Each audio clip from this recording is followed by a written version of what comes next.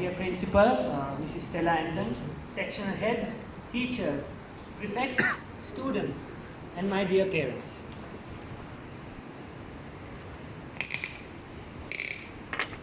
Right. Before we start, I'm sure all of you all, the report that we heard from the principal was quite extensive. I actually was thinking why, during my time when I was in school, we had just one prize giving. It was for the senior students from grade 6 to grade 12. Now I understand clearly why we need to have, the prize giving in sectors, because we have so many students and we have so many things that are happening. So I would initially, just to start off, can I have everyone just stand up just for 5 seconds before I actually start, so that we kind of get our blood pumping, because at least that way you get a reason. I'm giving you all a reason to get up and I'm sure you all are having cramps. Just take a seat. Thank you very much. Right. First of all, thank you very, very much for calling me back. It's been exactly 12 years since I graduated from Lyceum International School. When the Lyceum I remember is very different to the Lyceum that it is currently. I remember I was there when we had the inaugural session for the synthetic track, where we had actually invited our chief guest at that particular time. I remember so many distinctive memories that I have with Lyceum International School. Things like I remember getting, involved in so many different activities. And now coming back after 12 years is a completely different feel. I cannot express how much of thankfulness I have for bringing me back, giving me an opportunity to come back and speak to you all. Now, when I was told that this prize giving was for the middle school, I always wondered what I could say to you all that would inspire you all, so that would make a life-changing sort of memory with regards to your career. So I thought I'll look into 3 different things. Something that would inspire the students, something that would inspire the parents, and not to forget, something that would inspire the teachers. So I categorize my sort of speech, which I will make sure to keep it as short as possible, for 5 points.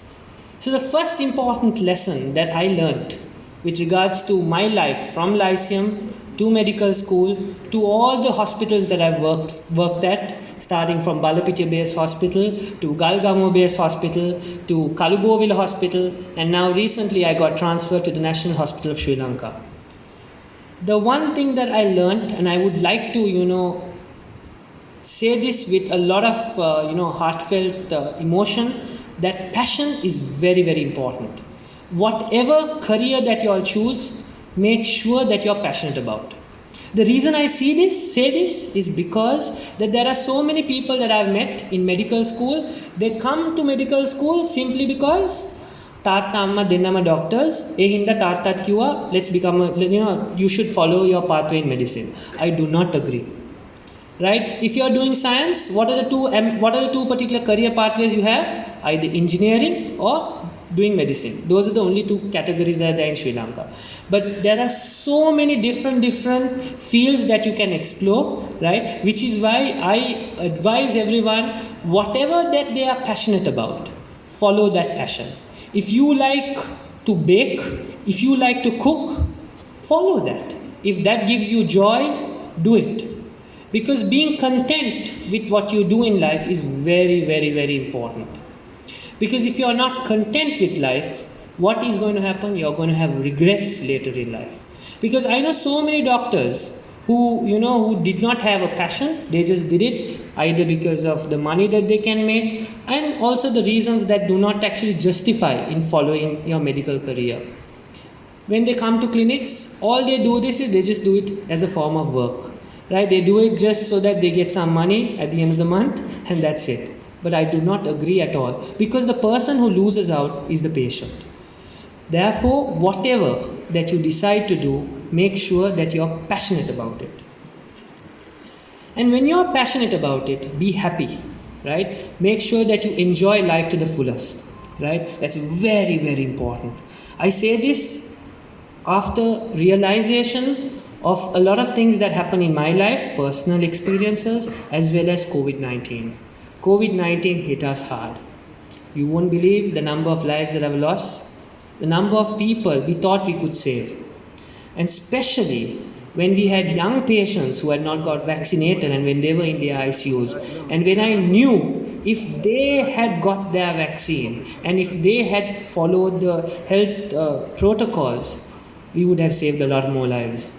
Therefore, I always tell people, live life to the fullest. You only live once. Make sure you cherish all those memories. Don't wait for tomorrow. Do it today. Right? If there's anything that you want to do it, do it. At this particular point, I mean, when you have grade 6 to grade 8, at this moment you feel my life is chill. I do not have anything to worry about. Well, I think I would say that y'all are having the best of lives. Y'all don't have to stress about anything. Your parents deal with all those stress, right? But at that time, y'all come to a very crucial point in life, which is what? Can someone tell me? When y'all get into grade 9? What is the very important? I remember when I had to choose, right? My parents were, I spoke to the head boy just now before coming. I told him, you can take my garland, make sure you take my phone, right? Record this, because that was the only thing my mom told me before I came here. Whatever happens, make someone record whatever you're speaking, right? So what I'm trying to say is that my memories, I remember during grade 8, it was a decision whether I am going to go into the commerce field or am I going into the science field. A very important decision. So that decision has to be taken thoughtfully. It should not be, I have my sister who was also from Lyceum. Do you know why she decided to do commerce? I know she'll kill me if I tell you all. The reason she decided to do commerce was because she saw her elder brother study, the amount of things that I had to do, and decided science was not for her. And she decided to do commerce. She's doing very well, by the way. But the fact is, I do not want you all to decide based on that reason. I want you all to explore, from grade 8, explore the possible ventures that you all can take in your career. Now, when you look at science, you can become a marine biologist. You can do a lot of things with regard to engineering. You can get into the pharmaceutical side. There's so much that you can do. Right? So always when you are making the decision, take that decision not alone, but with your parents. Right? So that being said, your parents will always be your guiding stone. They will guide you. But at the end of the day, you will be the one who will need to make the decision. Right? Listen to them. Listen to your teachers, because they want what's best for you. Sometimes you might think, oh no, these people are just saying this just because of that reason. You do not see the future. You only see the current present. And therefore, when they give you guidance, take that guidance and try your level best to incorporate that guidance with the decision that you're making. Another very important thing I would like to say is be ready for change. With the current economic crisis, it is terrible. I remember while I was working at Kaluboville Hospital, I've gone in a bicycle. I invested in a bicycle because we did not have fuel in our country. I went in the bus because I was so tired in going in the bicycle every day. I was ready for change. Why? Because I was passionate in going back to the hospital and helping my patients. Now, I was just traveling 14 kilometers from my house to the hospital. I had patients who would come 25-30 kilometers, and sometimes, I don't know if you all know, bus routes were completely segregated. You had to take 3 or 4 buses just to come to Colombo. It was that bad, right? But patients still came because they wanted their medicine, because that was the only way that they could get it from the national system. So therefore, it's very, very important that the country was ready for change. So just like that, in the future, be ready for that change. You might actually not want to stay here. It's absolutely understandable, right? But what I would advise you all is give back whatever that you've learned. That is a sort of a philosophy that I have, and I live with life. Whenever I learn something, I am grateful that I learned it from this particular person, right? Try your level best to give it back. You can teach a student, right? Now the project that, I mean, Lyceum has done so many things. I was just listening to the principal's report, and this study buddy project, these concepts are completely different, which we did not have during my time, but these are very, very integral parts of your education.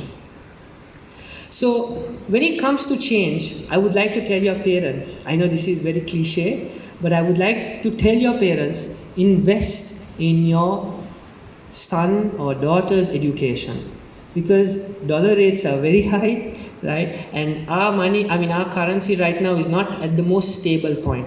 Therefore, think about that. If you have any sort of investments, do that so that your son or daughter can fulfill his or her dream. Another very important thing I would like to mention is trust the process. What do I mean trust the process? What I mean by trust the process is that Lyceum incorporates education in such a way that we do not buy hard stuff.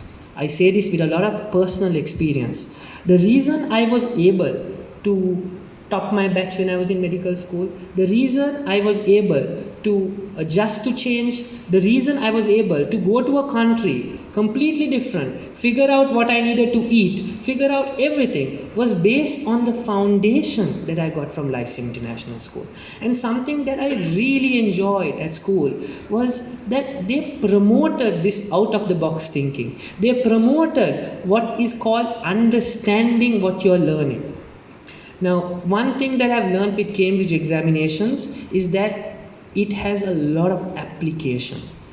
Then, if you look at edXL exams, again, I'm just saying this based on my experience. I might be wrong now. This is back in 2010. I remember we used to get mock exams from edXL papers, and they were the easiest because they came right from the book. If you look at the exams that we had at school and the Cambridge exams, it was all about application. You learn something, understand it, and apply it in exams. And I'll tell you that that is the reason that I am here today. That is the reason that I was invited as a chief guest today. Because of that understanding, because of the way that I was, that was incorporated in me, I actually managed to actually do everything without any problem. And therefore, I would like to advise all of you all to trust that process. Because when you trust that process, things will come into play. You will eventually understand how grateful it is to have learned that way. Because I have met a lot of students who come in medical school, they have been used to make a mema, I don't understand, just by heart it. Somehow or the other I'll answer this. No, we've always been taught to understand. Another very important thing I would like to tell you is do not give up on your dreams. At some moment in your life, you'll realize, okay, this is not working for me. I think I should just go back to something else, right? It will happen. While I was in medical school, I remember when I was in third year, I remember seeing my friends who actually decided to start a job. They had their own car. They were traveling the world. What was I doing? I was still studying in medical school, right? But I did not give up because I had a passion, I had a dream, and I knew at the end of the process, I will be very grateful. And believe me, I'm not here to promote medicine or anything, right? But being a doctor and doing what I do is the best thing that has happened to me. Because I get to touch lives, right? The simplest way I actually say is that I might have all the problems in the world, but when I am with my patient and when I treat my patient and the appreciation I get back from my patient is, I can't explain in words. That sort of feeling is unexpressible in words. I still remember patients in Balapitiya Base Hospital, after treating them, they could not afford even a Panadol to buy from the pharmacy, but they would come to the hospital. And how would they show their appreciation? By getting me a butt parcel, because they know that doctor has not had lunch after working the ward round and now in the operation room. That sort of feeling is the reason that I still want to dedicate myself in making a difference. Talking about dedication, I think this is going to be my last part. As I said, I am here because of this school. I am here because of the teachings that I've learned from this school. I am here because of the teachers who are an integral part of this school. So therefore, if I do not mention the names of all the teachers or most of the teachers who made a very big impact on my life, I would not do justice. Therefore, I'd like to thank the following teachers. Miss Roshni, who was my first class teacher in grade 7B. She was also my chemistry teacher. Miss Sunila, who was my physics teacher in grade 8 and grade 9. Miss Sylvia and Miss Sarah, who were my computing teachers. Miss Shamali, who was my biology teacher in the O-level grade. Miss Dinali, who was actually my English teacher for my O-levels. I think you all must be you all will know me because I am the student who wrote his, remember that there was what was the thing where you're supposed to write a summary? Yeah, the summary. I was a student in Lyceum who wrote his summary in pencil, and therefore my summary was not even scanned, and therefore I got a B in English. I am very grateful to them. Miss Shaila, who was, I think later became the principal, but during my time she was the English literature teacher. Miss Manisha and Miss Dilini, who were the elocution teachers, as well as they used to host a lot of drama competitions. Miss Sharifa, she's an amazing person. She was the Aquila House captain, the teacher in charge, as well as she was the in charge of the Model United Nations. And we were very lucky to have represented Sri Lanka for a Youth for Human Rights conference in Geneva, which we went with the directress, Miss Dilini, Miss Gayatri, Miss Lekha, and Sir Vasanta. If I would say one word about them, all I would say is thank you very, very much. Those three teachers who were in my A-levels are the reason that I have incorporated everything that I've gained and I've used it into medicine.